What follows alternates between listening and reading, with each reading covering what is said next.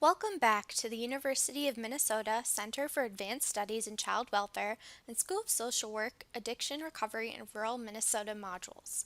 This is Module 2 of 3. I'm Nikki Tillman, co-author of the module with Dr. Amy Krentzman, and I'll be taking you through this module. In this module, which as a reminder is the second of 3, we will discuss the Rural Recovery Study. We will begin by providing an overview of the study and then look at the results. These results help inform what works well for recovery in rural areas of Minnesota. Let's begin with an overview of the study. We conducted a literature review and found that very little scientific research has been conducted on the experience of addiction recovery in rural communities and small towns. Therefore, we decided to conduct our own study to find out more. We conducted the Rural Recovery Study in the southeast region of Minnesota. Southeast Minnesota includes Rochester and Mankato, but has many more small towns and rural areas. 34 total interviews, approximately an hour and a half in length, were conducted with various people across the region who have experience with recovery in rural areas and small towns. They included 19 individuals in recovery, 10 treatment providers who are also in recovery themselves, and 5 treatment providers who are not in recovery. The interviews included questions such as, what does it look like when people do well with recovery in this rural community? What are the challenges that face individuals in early recovery in this region?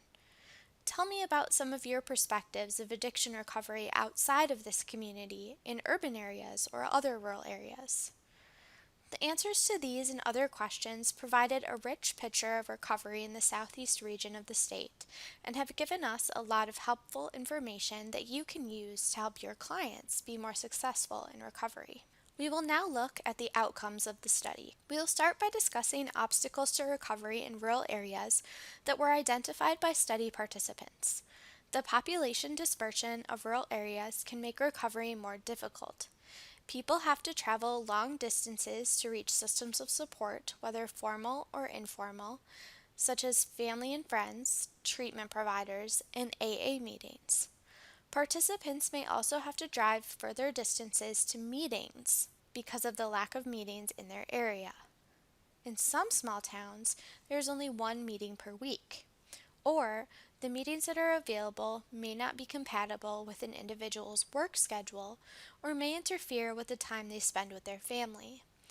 Several participants mentioned that they feel that there are meetings any time of the day and any day of the week in the Twin Cities or even in Rochester, but the area in which they live has only a few. To give you an idea of meeting scarcity, let's compare 2 locations in Minnesota.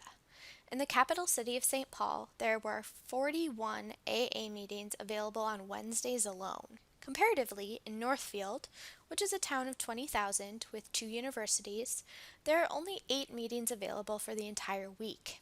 If we look again at Wednesday, there is only 1 meeting available and it is over the lunch hour, which people may or may not be able to get away from work to attend. This quote is from a participant in the Rural Recovery Study about the difficulties of navigating small towns without the public transit available in urban areas. They stated, transportation is a bigger impediment here, and though it's a smaller town, from one end of the town to the other it is at least 4 miles. So at least in metro areas there is your public transportation. I think that transportation challenges are uniquely small town. This next quote illustrates the unique transportation challenges that teenagers in recovery face in small towns and rural areas. The participant stated, I think teenagers do the worst in recovery. We need transportation, and we have some little towns like small town. It's a really isolated town. And say there is a teenager out there who wants to get to a sober meeting or do some sober activity. There's nothing. And if they don't have a driver's license, their parents probably can't afford to drive them places, and then they're just stuck. In this quote, the participant was discussing the scarcity of meetings where they live out in the country. The interviewer asked them if there were any AA meetings happening in their area, and they said no. They had to come into the nearest larger town to access meetings. The same participant further explained the difficulty in finding meetings by stating, there's a little town about 8 miles away, and then another little town about 7 miles away, and they do have that one meeting a week, and I have been to those meetings. It just doesn't fit in my schedule the same way, and it is a different dynamic altogether. Another participant discussed the difficulty in finding Alateen meetings, which is a group for young people who have someone in their lives dealing with an addiction. The participant stated, "At one time, my small town did have an Alateen group. It no longer has one. If you want to go to Alateen, you are probably needing transportation that will take you up to a distant town." Another participant commented on the scarcity of meetings and the need for transportation by saying, "It is pretty sleepy on the AA side of things. You just have to drive. You have to drive to a good meeting." Meeting scarcity may lead individuals to avoid AA altogether, even if it may be a helpful resource for them. Another obstacle to recovery is coming home from treatment. Because of the dispersion of services, individuals from rural areas often need to leave their communities in order to access addiction treatment. This can present a range of challenges. For one, because of the shame and stigma associated with addiction, people may be reluctant to tell other people why they left town for 90 days. Individuals may also find it difficult to reintegrate into their communities where they used to use substances without transition support. Here is one participant talking about how members of a small town might talk with one another when a person is not around because they have left town for treatment. The participant talks about how small town gossip can even reach the person's ears while they are in treatment and make them feel very anxious about returning home. They stated, "Definitely that word of mouth. It's the best advertising in a small community. Where did that person go? Do you know what she's been up to? Somebody else has been bringing her kids to school."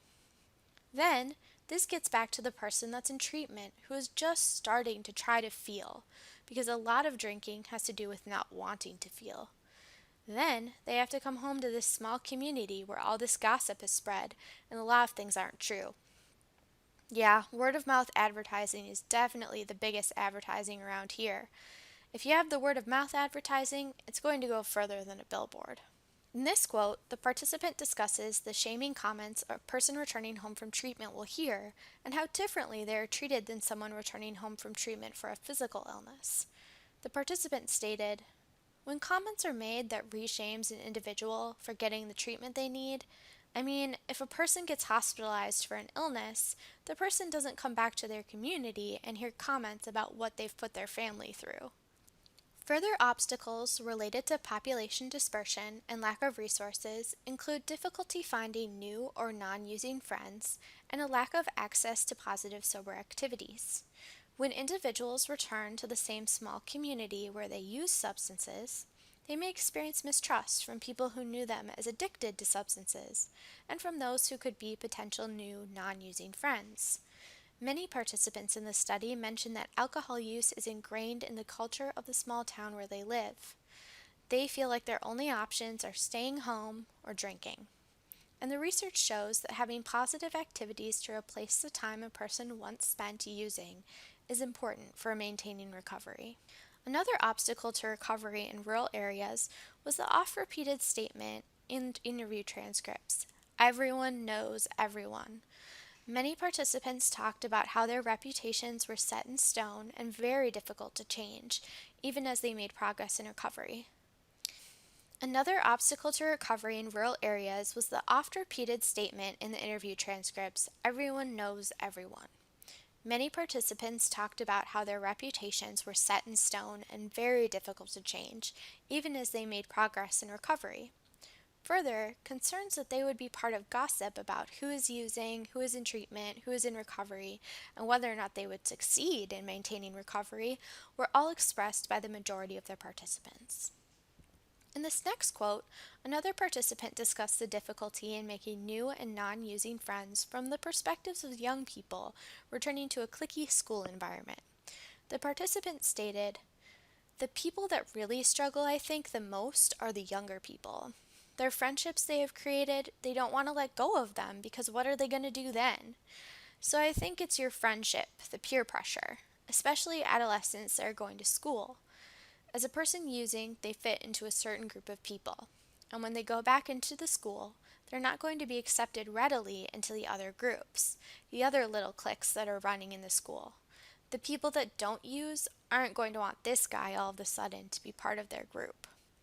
In this quote, the participant discussed how it can be difficult to find sober events and activities to participate in, especially on a low income. The participant stated that most recovering addicts don't have a lot of money, don't have a lot of income, and that stuff costs money. You are stuck with things that are outdoors and free, and there's not much. If you don't have a family, there's nothing, I'd say. In this quote, the participant discussed what it is like to have everyone know everyone when you are trying to attain and maintain recovery. The participant stated, "It's nice at points, but when you get yourself into addiction and you want to better your life and better the lives of your family and stuff, it's hell on earth. It really is. Because the community is so small that these other addicts that don't want to better their lives, they'll want to see what you're up to. And they know how to find you. They know where you'll hang out if you're sober. I mean, we've got one AA building." In this next quote, the participant discussed how gossip in small communities prevents people from the very necessary recovery step of asking for help. The participant stated, "In a small town, everybody knows everything about everybody. Little small towns are like gossip mills. It's just the way it is. People are worried about what other people think. They are worried about their status, their reputation, their spot in the community. They're ashamed of it. Shame is huge. And they're not going to ask for help either, because if you ask for help, then you've got to start telling someone else about your problems. So you are not going to ask for help. Forget it." Another obstacle to recovery is the makeup of who participates in recovery systems. Largely due to the fact that over 90% of rural Minnesotans are white, and rural and small town Minnesotans are twice as likely as urban Minnesotans to be age 80 or older, the makeup of recovery systems like treatment and meetings are largely older white males. This can present challenges for people seeking and experiencing recovery in rural areas who are young and/or do not identify as white and male. They may be the only person with their identity in a meeting room, for example, while in an urban area, they may be able to find a meeting full of people who look like them. An additional barrier is the lack of meetings and services in languages other than English. In this quote, the participant states that the recovery system favors older white men. He stated, "I'm an older white guy in small town Minnesota. There isn't anything I need, right? It all works for me. The system is in my favor and has been forever." In this next quote, the participant describes the difficulties people can face within recovery services if they do not identify as white and male. The participant stated, "Things that are uniquely rural have to do with transportation, availability of meetings, availability of a variety of sponsors, availability of not just 12-step, or groups for LGBT. Yeah, now I'm thinking, it's like, now you walk over there, it's going to be predominantly white men. And not that people who are different are not accepted. Well, sometimes they're not. Sometimes they're not. So yes, culturally, being somebody of color or a different culture is a problem because there isn't a variety of options." In this quote, the participant discussed how women might not be able to find recovery spaces with other people who also identify as women. The participant stated, "I would even say the women are in lower percentage here in this area. For instance, in my small town meeting, there's one girl that comes. She's the only girl, been the only girl, and she's there every week. Definitely the females are in the minority in the rural area." As multiple participants have mentioned, young people may find recovery particularly difficult in rural and small town communities. In this quote, the participant discussed her child's struggle to find community with other young people in recovery after returning home from treatment. The participant stated, "We still lack adolescent recovery services in our community, so he would go to the large metro for his treatment at his halfway house, and they had a recovery high school, and he would do really well. Then he would come back to our community that didn't have these adolescent supports, and within 2 to 3 months he would be back with the same group of friends that he had had the trouble with." Finally, people who speak a language other than English may find it difficult to access recovery services in small towns. In this quote, the participant discussed the lack of resources for Spanish speakers in small towns. They stated that recovery in the rural areas, regardless of who you go to in the state of Minnesota, Recovery is hard for Hispanics, bilingual Spanish speakers. We don't have the resources. There are not resources other than the big cities, and even the big cities don't have the resources. Nearby town, which is a big college town, there aren't the resources there for recovery as far as meeting goes or any type of support system. In addition to obstacles, participants in the rural recovery study identified many strategies for success that they and others in recovery have utilized that are well suited for rural areas. Since transportation, population dispersion, and distribution of meetings are all obstacles, finding creative ways to access transportation can be helpful. Many participants indicated that it is a matter of asking fellow people in recovery for help. They stated that if you are willing to ask, people will be willing to offer rides to make sure that you continue returning to meetings. In fact, people may even offer rides before you ask. However, asking for help is a skill that needs to be developed as well. It is a big first step when individuals go to their first meeting and admit they need outside support. Continuing to ask for help is important in continuing recovery. As discussed on a previous slide, access to positive sober activities is an obstacle in rural areas. Finding positive social activities to replace the time spent using substances is important. In addition to meetings, participants stated that community centers and churches will put on sober dinners for families. Another opportunity that may be available is sober events, such as motorcycle rides or a sober 5K. For example, the community recovery organization Minnesota Recovery Connection puts on an annual Walk for Recovery 5K each September for Recovery Month. Recovery is Happening, a recovery community organization in southern Minnesota, holds an annual family barbecue each year in Rochester. Unfortunately, these events are often in urban areas. Therefore, a strategy that several participants mentioned is carpooling to events in bigger cities. It may not feel worth it to go to a sober event in another city alone, but can feel more fun and attainable if a group goes together. Other sober events include family fun days, intramural sports, community education, and conferences. One participant discussed how they let people who are newly in recovery know that they can get rides if they're willing to ask for them. The participant stated, "Transportation is always an issue though, and so I always tell them, if you get to a couple of meetings, let them know, and there are people that will come and get you. You let them know you need a ride, and they will pick you up. And there's someone coming from whatever town you're in, and they're going to that meeting." Another participant discussed how difficult it can be to trust others and ask for a ride. They stated, "You have to ask somebody, and in the recovery community, that's a leap of faith. Asking someone for help to drive me to a meeting means I have somebody that I'm going to talk to, and they either have to know about what happened to me or I have to reveal myself."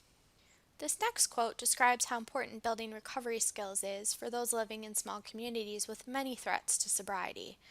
The participant stated, "When I leave here today, there's 6 bars between here and my house. I can walk into any one of them, but I choose not to because it's not in my lifestyle anymore. But for somebody that's not committed, or is having a bad day and doesn't have the tools of calling somebody and getting a hold of somebody, and that's so big for us in the recovery community that we say, pick up the phone." In this quote, the participant discussed how important it is to attend positive sober events to maintaining recovery. They stated, "That's honestly how I met all the people I know right now, because before that, I didn't know anyone at all. You go to all these sober events and you know there's not going to be any use there. You know it's safe to go there. It's a safe environment, and you meet a lot of good friends and a lot of good people, and so do your kids. I think that's a huge benefit because you're actually meeting someone who's gone through it." Finally, participants found success in carpooling to events or creating their own sober activity or event. In this quote, the participant discussed getting together with a group of other people in recovery to enjoy riding motorcycles. They stated, "I ride motorcycles, so whenever I get a chance and I find a group that a couple of us that are in recovery, we bike over for an hour and grab a bite to eat and then ride back." Other strategies for success are related to the AA beliefs in fellowship, service, and helping others. Participants mentioned the satisfaction in giving to others what had been given to them when they first got sober. Helping others was both a source of pride and a way to continue in sobriety. Generally, Helping others can involve many different things depending on the individuals and the community in which they live. It can also exist within a formal or informal system. Helping others often occurs during AA meetings and can look like putting out chairs, offering rides, and welcoming newcomers. Additionally, after they feel stable in sobriety, AA and other 12-step group members can become sponsors for newer members. Sponsors are described as being at least 1 year sober and people who are enjoying sobriety. They provide support and understanding for new members who benefit from someone who has been where they are and cares about them and their success in sobriety. An AA pamphlet about sponsors emphasizes that sponsorship is a natural result of the fellowship of the program, saying, "Alcoholics recovered in AA want to share what they have learned with other alcoholics. We know from experience that our own sobriety is greatly strengthened when we give it away." Systems of helping for recovery also exist outside of 12-step programs. A growing area of recovery support is peer recovery specialists. Peer recovery specialists may also be called certified peer specialists or other names, but all provide similar functions. The Minnesota Certification Board describes a peer recovery specialist as a role model, mentor, advocate, and motivator who fills the gap between 12-step sponsorship and substance use counselors.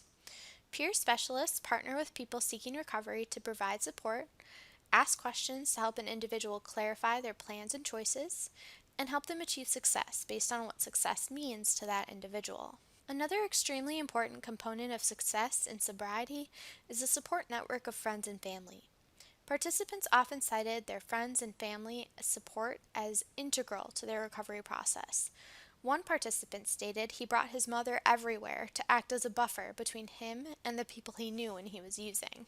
Here, a participant discussed the importance of giving back by helping others who are seeking recovery, especially within the context of a small town. They stated, "I think here in the rural area, they probably know somebody that's either gone through it before them or definitely they know somebody who needs it. After going to meetings for so long, that's part of the recovery process, is spreading the message by helping people who are still suffering.